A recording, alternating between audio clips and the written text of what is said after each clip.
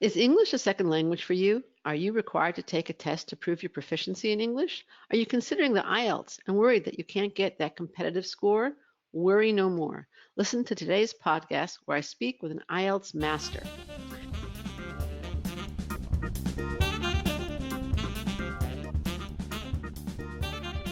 Welcome to the 319th episode of Admissions Straight Talk, the podcast dedicated to graduate admissions and helping you approach the application process thoughtfully and successfully.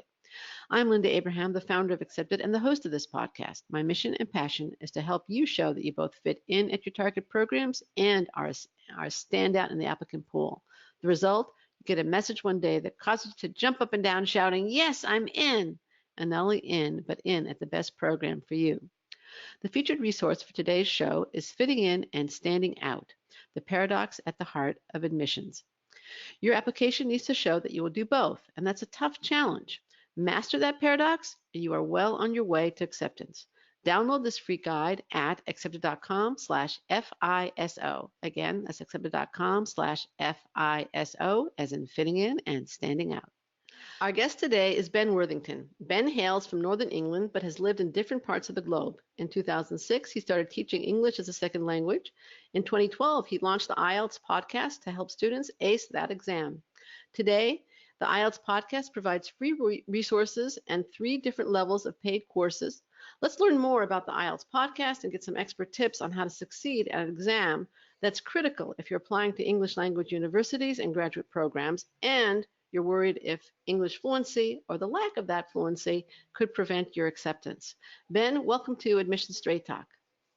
Hello there, Linda. It's great to be here. And yeah, I'm quite excited about this interview. Good, thank you. How did you get into IELTS prep?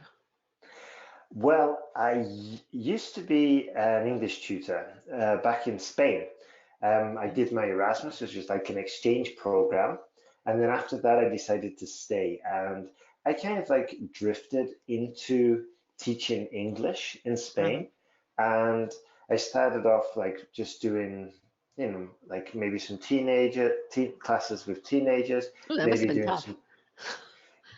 Yes. Yes. Yeah, and especially Spanish ones because Spanish children, they're so lively, but then the teenagers, it's kind of this mixture of, I don't know, it was quite a challenge.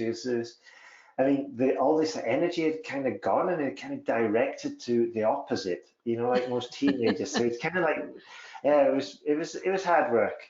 And then I was doing business students as well, but eventually I kind of like found my niche, which was IELTS.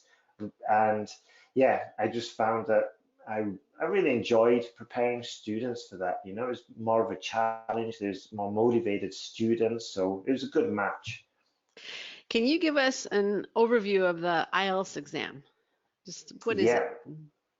Right. Well, the IELTS exam stands for the International English Language Testing System, right? And this was developed originally, I think, is in Australia. It's called the Davis exam. This was like in the 70s. Just to test students' English abilities. And then the British Council got involved and it became the IELTS test. That's what it kind of like morphed into. And yeah, now it's used as, well, not only for getting into university in Australia, UK, Canada, it's also started to be more accepted in the US. Traditionally, I think it was TOEFL that had it. Yes. But yeah, and now you can use it not only for the universities, but also on your visa applications as well. Yeah. And how is it structured? Like, what are the different parts of the exam? Gotcha. Right. Well, there's 4 parts: speaking, listening, reading, and writing. And covers it. Yeah, and the listening and the reading both have, like, you can get between 0 and 40 points an offer. And sorry, I shouldn't be explaining it so well, but from each section, you can get between a band 0 and a band 9. And the way they do this for this reading and for the listening, you take the test and then there's like 40 questions there. and you could go through and you're like you're ticking the boxes, or you're completing a sentence, or you're doing a multiple choice, um, and then that equates to a band score after you've done those tests. And then with the speaking and with the writing, um, it's marked by an examiner. And so There's a human examiner, or is it like virtual, like we're doing, or a video? okay. Well, it's for the speaking, you are in front of another person, the examiner, and that examiner has to basically there's like three parts for the speaking: part one, Hmm. part two, part three. And part one are kind of like softer questions with the idea of just to get the student relaxed and make them feel okay, and so that they can give the best demonstration of their ability. And then goes on to part two, where you get a cue card, where you can choose from three cue cards. And on each of those cue cards, it might just be a question like, I don't know, describe your childhood friend, describe where you met this person, why you like this person, and any fond memories, or something like that. Yeah. And then you've got about, I think, 2 minutes to prepare your talk, and then you talk about those all the points on that cue card. And then after that, the examiner is going to do some follow-on questions, which is part three. And those be questions like, why do you think friendship is important? And It's much more what are theoretical. exactly, like more Mm. abstract, and just Yes, getting the yes. student to really develop their answers. So yeah, that's for the speaking. And then for the writing, um, there's the general test or the academic test. And for the general, for task one, you have to write a letter. And this letter is, you know, it can be maybe a letter of complaint, it could be a letter for a job, it could be a letter to a friend. And then you've got to basically choose the right register. So you can make it very formal or quite informal, just depending on the task that's set. And then there's part two, which I think is the misery of every IELTS student, because it really is one of the most challenging parts. And then for part two, it's a question that's a little bit more, how would you say, I don't know, like it might be a question about democracy, it might be a question about environmentalism or climate change, and the student has to maybe take a side Make an argument. argue both sides, and that can be a real challenge. And then just one last thing, for task one of the academic, because task two is the same for both the general and the academic. Um, but task two is the same for both, but for task one, it's different. Task one for the general is the letter, and then task one for the academic, you have to describe a graphic. So it might be a bar chart, it might be some pie charts, might be a flow chart, might be a process, and you have to describe that. And yeah, and It sounds I like also think that, it's testing more than just English, actually. I mean, mm, yeah, it's well, not this just is quite, English fluency. It's more than that. yeah, well, this is a very interesting point. And a lot of students do complain about this. And what I found amazing when I got into this was that even native English speakers can get low scores on this. And that just Really, shows it's not exactly really a what you test of, just said. yeah. Yeah, yeah. And I mean, just then, they're testing reasoning and skills and interpretive skills. If you're given a graph and asked to interpret it, that's not mhm, really that's a visual kind of skill, not necessarily English fluency. Obviously, absolutely, yeah.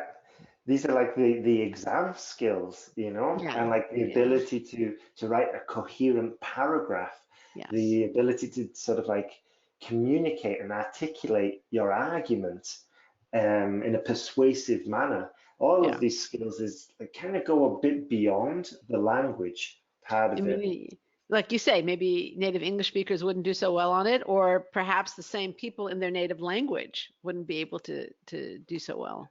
exactly, yeah. So Because the it's not just difficulty is testing like, fluency.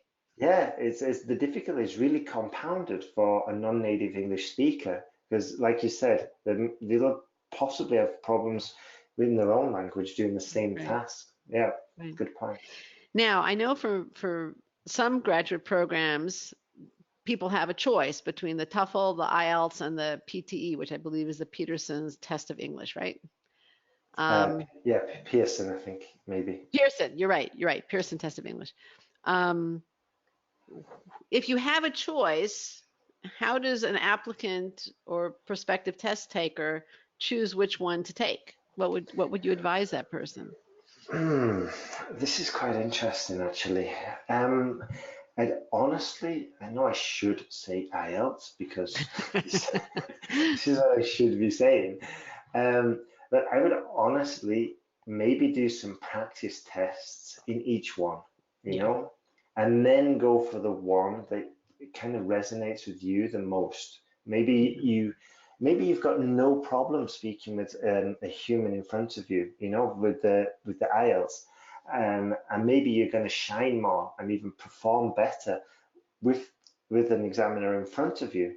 But for other students, that could be really horrible, and they might prefer to do it the TOEFL way, you know. Mhm. So Right. I'd really recommend just doing practice tests for each one and doing your research, and then yeah, and then just finding out which you're the most comfortable with, you know. That makes a lot of sense. Thanks for the great advice. Now, they all have different methods of scoring.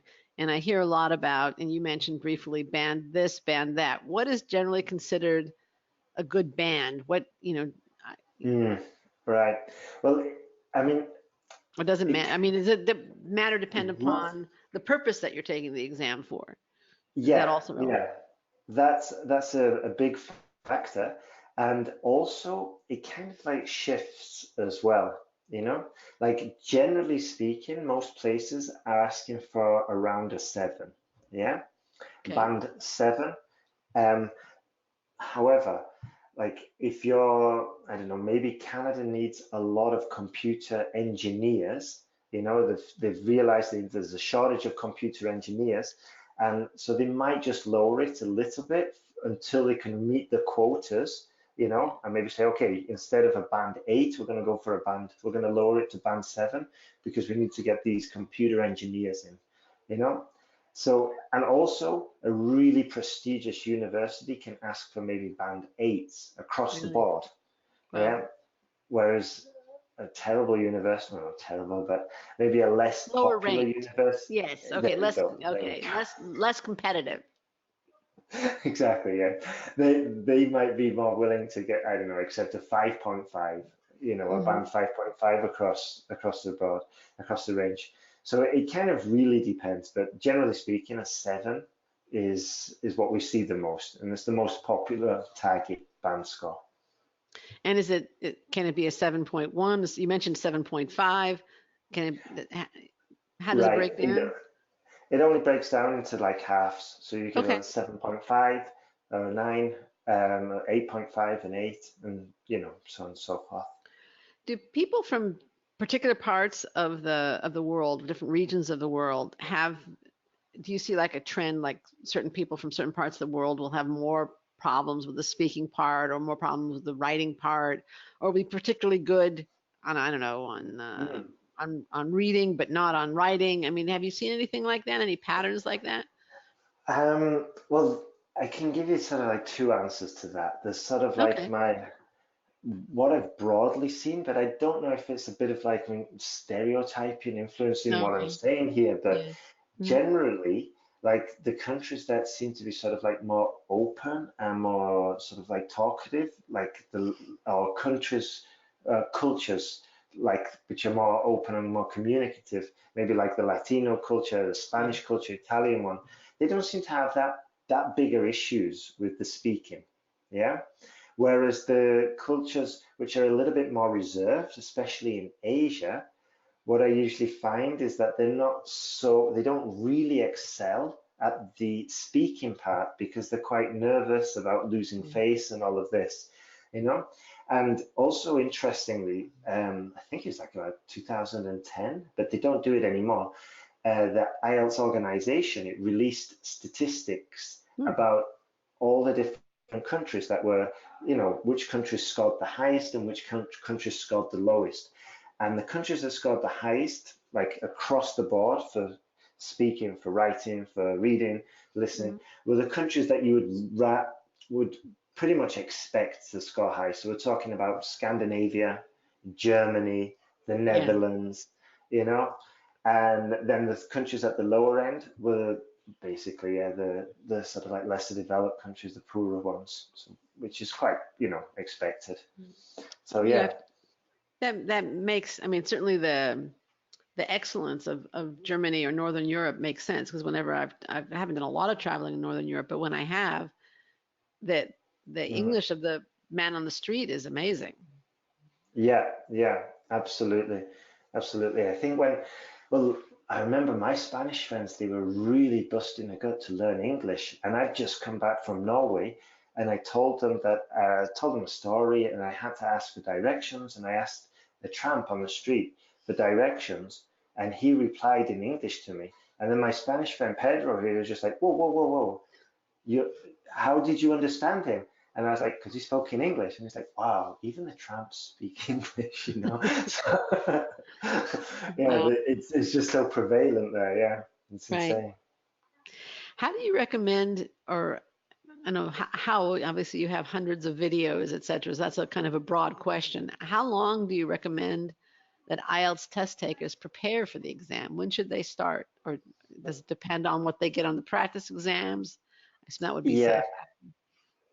well, I think it depends on the ability of the student, you know. If they're like a lot of, I mean, take the Northern Europe Yeah. example, you know, like a Swedish student or a German student. Maybe they're around a 6.5 already, just Yeah. because of like the secondary education and college education. Yeah. In that case, maybe they could get to a 7 in a month. They can jump that half a band score in a month just by getting familiar with the exam, starting adapting their writing into a more academic style. And for those students, yeah, 4 weeks, 3 weeks, with the right kind of Right. tuition. But if the student is just scraping a 6 or around a 6.5 and they want to get to a 7, then I would probably say maybe 2 months or 3 months. Well, it kind of goes back to what we were saying before. If the student has to build language skills, then we're talking, I would say maybe 2 months, 3 months. But also, again, it depends on the intensity that they're Of their studying study, in of those 2 or course. 3 months. Of course. Yeah. Yeah. But Yeah, for sure. generally speaking, if the student wants to improve their language skills, I would usually say maybe 2 or 3 months for half a band score or a full band score. But if it's the exam skills, those can be learned much quicker, and that's a much shorter time frame in that case. Okay. What is the Mhm. IELTS podcast? Tell us a little bit about that. How did you come to start it, and what does it offer to test takers? Right. I mean, you Well, started it pretty early in yeah, podcast history. yeah. I think I'm granddad in this podcast industry. Yeah. Well, I started by interviewing a lot of other tutors and ex-IELTS examiners, um, because I was struggling a little bit when I started getting into this, and I was listening to a lot of podcasts myself. And so I was like, okay, I can get the experts on and I'm going to rack their brains and I can keep on learning and I'm going to improve myself. I'm going to help a lot of students as well.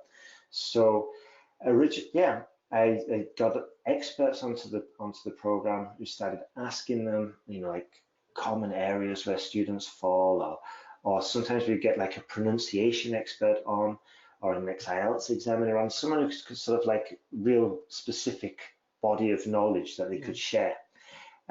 So yeah, we started doing interviews, and then eventually I started doing my own sort of like episodes where I'll just talk about paragraphing or maybe punctuation or something like that. Just a real sort of like focused 30-minute tutorial.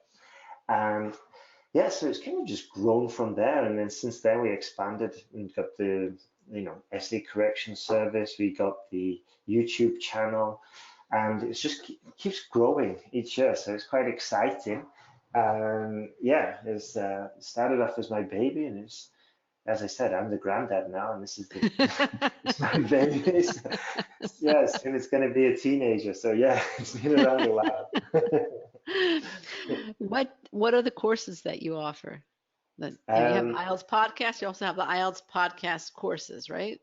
yeah. Well, we started off just doing like essay correction, and that was, yeah, we started doing the normal corrections, and then it kind of evolved into a PDF because I started giving them sort of like, take this PDF, it's got everything that I was saying, and it kind of grew from there.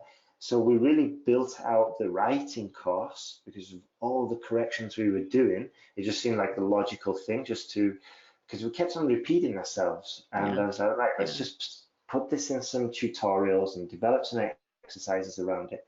So yeah, the main course is the writing one. And that includes essay corrections and comes with a guarantee as well of a jump What's to a band 7 or it's free.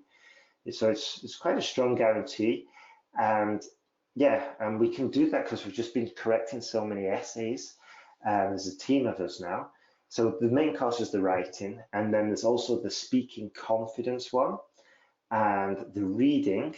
And haven't really developed the listening one because the reason is because I honestly believe that it's not really necessary. I think a student can do practice exam after practice exam, we give them some tips, but that's really something that I didn't honestly feel necessary to build a course for that. And maybe I should do, but I honestly believe that a student can really develop, really prepare for that exam on by themselves. and do you have free resources available for the parts of the exam that, let's say, aren't Yeah, appropriate for the course? yeah. Well, if they go to IELTS podcast /sign, there's a big jumbo PDF that they can download, which That's is like like SIGN sign? exactly, Yeah. exactly. Uh-huh. Okay. And yeah, there it's just full of model sample essays. It's full of tips, it's full of preparation strategies and sample questions. And it's just like a big jumbo resource there. I think there's some discount coupons in there as well. And yeah, and so they can use that just to get started. And also I'd recommend getting on the email list because there we just like emailing tips out every couple of days and new episodes. And yeah, there's quite a lot of value in there actually. It took a while to develop the whole I'm series. And sure. yeah. I'm sure. Well, we'll link to IELTSpodcast.sign and from the show Uh-huh. notes, which will be at accepted.com/319. You can go to either one and end up at the same place. Now, can you just give us a few tips right now for the IELTS exam? What are For the your exam, top your top favorite tips? right then. Well, my favorite one, and this is because it's like one of the most effective ones, is that to maximize your preparation time, you really need to find out where you're losing points. So not only for the reading and the listening, but for the speaking and for the writing.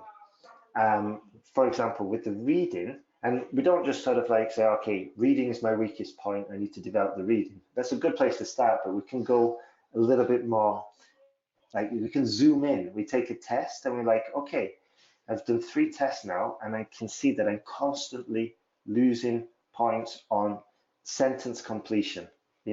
So now you just do sentence completion exercises until you bring that up to scratch, until you bring that up to the target score that you want to. And you can do exactly the same with the reading, and you can do exactly the same with the writing. But with the writing, the fastest way to improve is to get some feedback. And you write your essay, you get some feedback, and you'll see that, okay, I'm always making a mistake with articles. Yeah. So go and get the grammar book, go and do some online exercises, really work on this. And a lot of students sometimes they just kind of send essay after essay after essay, and it's like, okay, that's not going to work. You really need to sit down, put some active, focused energy into just mastering this one little micro point of the English language of the test, Yeah. and really just focus on building your capability with the use of articles, and online tests and stuff like that, online quizzes, and then write another essay.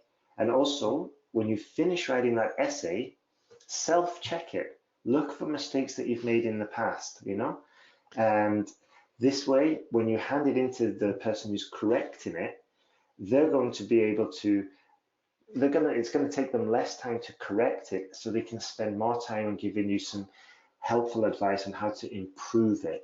And personally, I love tutoring students on how to improve their essay rather than just correcting it, saying this is wrong, this is wrong, this is right. I'd much rather be saying, okay, this is good. We can really impress the examiner if we Right. use this term. I mean, I think it's more enjoyable for the student as well. Sure. So if I can summarize, what you're basically saying is try and learn from your mistakes. Pretty much. Yeah. Yeah. No, I mean I don't mean to be funny Oh, here, no, no, no. but because I know that sometimes applicants just beat themselves up about their mistakes, which doesn't mean that they learn from them. They just beat Mm, themselves up. Other times mhm, the applicants will focus on what they did right, what they're proud mhm. of. Well, that's very good. It's good. Give yourself a pat on the back, but you really need to improve over here where it wasn't so good, and you need to to learn from it, practice it again, Mhm. and move up in the process. Absolutely, yeah. That's a really important point that, and when we're doing the corrections, we always try and focus on sort of like the good parts as well that the students done well. And it's Sure, like you you said, can learn from that because also. exactly, yeah, absolutely, absolutely. And I think it's so sad that a lot of correction services are just pointing out the errors, just pointing Yeah, out the mistakes. And because what might be a perfect construction in English will just go, will just seem normal for an English speaker, it won't be anything special that you did in a sentence, big wow, and it's such a shame because the student could have poured a lot of like sweat, tears, and energy into this, and it just goes unmissed. So yeah, but it is a case of learning from your mistakes, and there's a super point what you said about just not beating yourself up about it and not just yeah. focusing on just the errors. Give yourself credit for writing for doing the work and for you know for not It's a yeah for process, read exactly, yeah, exactly, just right? feedback and improvement and get on that positive cycle, improving your work. So yeah. Now, I was watching one of your videos, and in the one that I saw, you distinguished between language skills and exam skills. And Mm. you kind of alluded to that, I think, earlier in our conversation. Can you dive into that distinction a little bit? And also, what is the implication of that distinction for exam prep? Right then, yeah. Um, it kind of goes back to what we were saying before, like the native speaker, they can fail. So if we go to more detail, let's just focus on the writing. Yeah. A lot of students struggle with academic writing, and um, what they'll do is just kind of take this voice or take the conversation that's going on in their head and put it down on paper. So they'll be writing with contractions, and they'll be maybe using I totally agree instead of I strongly agree. Or they might be using words like a lot of kids play football, whereas they should be really saying a lot of children play Children. football. Yeah. Yeah. And so it's these kind of little things that you'd never pay any attention to unless you were preparing for an exam. So this Yeah. is why we have to really upgrade our language and stop using contractions, write out the full version, start using formal language. So instead of saying but, we say however, and instead of saying also, maybe we'll say furthermore, and just these more formal way of communicating just for the writing. This is just for the writing.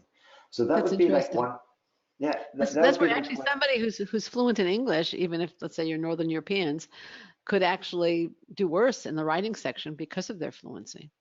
Exactly, yeah, exactly. And what happens is a lot of people they'll come overconfident because they've got no issues in communicating what they want to say, like in a verbal way, and they'll think, oh, that's just going to translate to the written way, and it doesn't really work like that.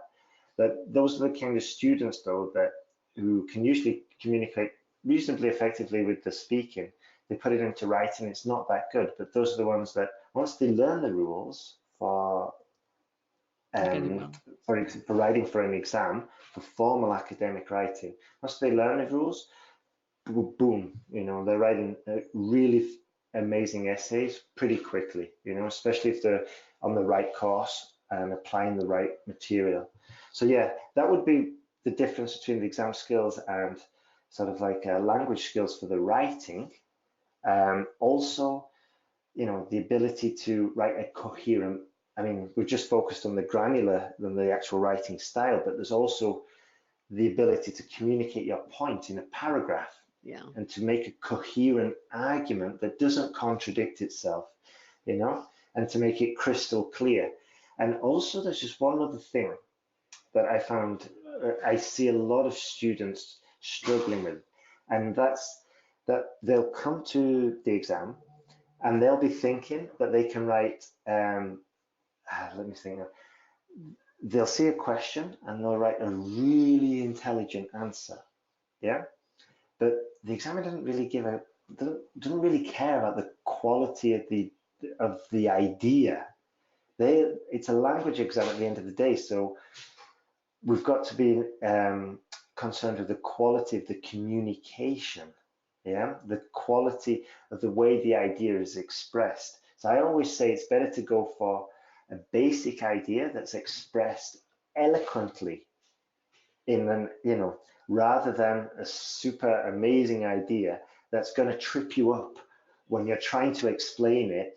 The grammar's going to trip you up because it's terribly complex, but it's amazingly intelligent, but it's going to trip you up when you try and write it, and that's going to cost you points. So just play it safe and go for an idea that's easier to communicate, but expressed in a very formal academic way. So that would be with the writing. And then with the speaking, it's kind of a similar issue, We can't go in there all casual. We've got to treat it like a job interview. We've got to learn special skills like how can you talk for 2 minutes about your best friends, Even native English language speakers are going to struggle with that. So there's all these kind of like little nuances and also, which I can't find kind of peculiar, is that some cultures they're not used to like the small talk, or they're not used to, or they don't know where to put their eyes during the conversation. Yeah. And these kind of cultural issues as well, these are kind of more like exam skills. Right. Right. Mm. But it's interesting. I mean, again, as we discussed at the beginning of the podcast, it seems like some of what they're looking for are thinking skills more than fluency skills. And Mm. I don't know if that's is that an exam skill, or is that is probably an exam skill more than a language skill, or is it a third category? Yeah, I think if you have one of those Venn diagrams, there's probably a Yeah, bit of overlap for both sure. of them. Yeah, yeah, And it is, yeah, the thinking skill. It's, I mean, I remember one tutor as well saying that, okay, the writing exam is a reading exam because you've got to really comprehend the question and then write an answer that's really focused on answering that question, you know? yeah, Um, and the speaking exam is a listening exam because if the examiner asks you, where would you like to go for your dream holiday? And then you reply, oh, I went on my dream holiday last year. You're not really answering the question. So this is why right. it's really important to develop these, like, the listening skills for the speaking exam and for reading skills for the writing exam. But yeah, you're totally right that it's like thinking skills and also the confidence as well. You've Right. got to develop the confidence to go in there and show the examiner that you're quite a capable candidate, and thinking on your feet as well about questions that you might never have asked. And this is why I think confident students usually do better than the nervous students, you know? Right, for sure, for sure. Hmm. It's interesting also what you're saying. I mean, in general, from my experience, both working with clients and my own experiences learning a second language or studying a second language, it seemed like writing is the most difficult, the last Mm. stage of fluency. My parents were both immigrants, and English was not their native language.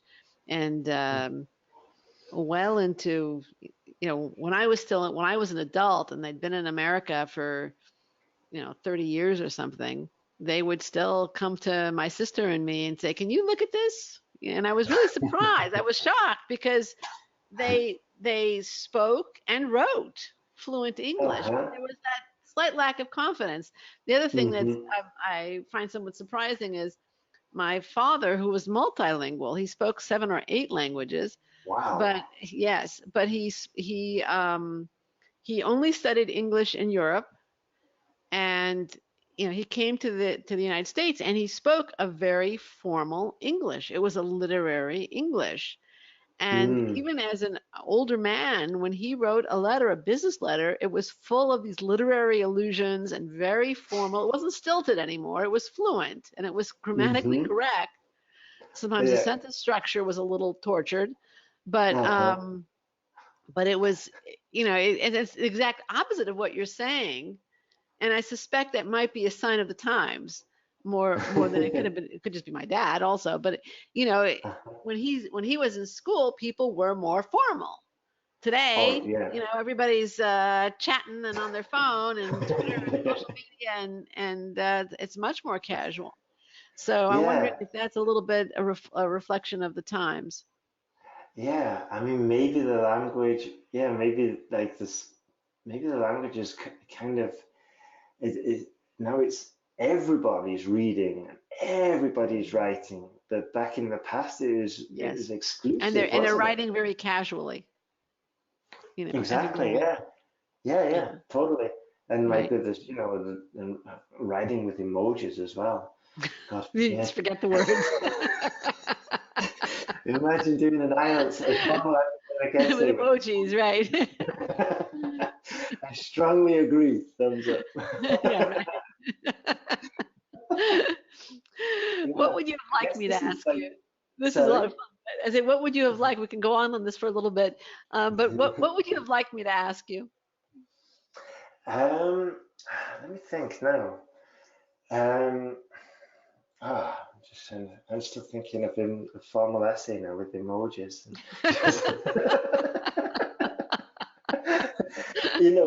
It's now it's possible because over the last 2 years they've been able to do IELTS on computer, you know, Yeah, and yeah, so for the first time in like in the history yeah. of this test, that you can go in and you can type your answer. And for a lot of students, this is an absolute boon because they've lost this, not lost, but like not that many people are writing with a pen and paper anymore, you know? Right. And then They're especially mostly you've got to write typing. in another, yeah, you've got to write in another language and then in a formal way.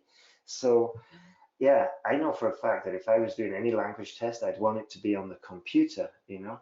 My Um, handwriting is terrible. I pity anybody who tries to read it. I type, you know, yeah, I type for my, so it's to be legible. exactly. Yeah, mine is tiny as well, and I think I do it on purpose because my paranoid streak comes out just really tiny so no one can see it. Okay, so a question. Yeah, actually, a question has just popped into my mind now. For preparing um, for the exam, I think I think give yourself time. Yeah, like give yourself time because what I see so many times, and it's really saddening, is that a student will say, right, I'm going to take the exam, and I'm going to take it in the next 2 months, and I need to pass it. You know, so they'll put in for the exam. They can take it in 2 weeks' time, or I think it's even shorter now. And then they won't get the score they want, so they'll put in again and again and again. and they'll just carry on just pouring money like, oh, I didn't get it this time. I'll just give it another shot. Maybe I'll get lucky this time.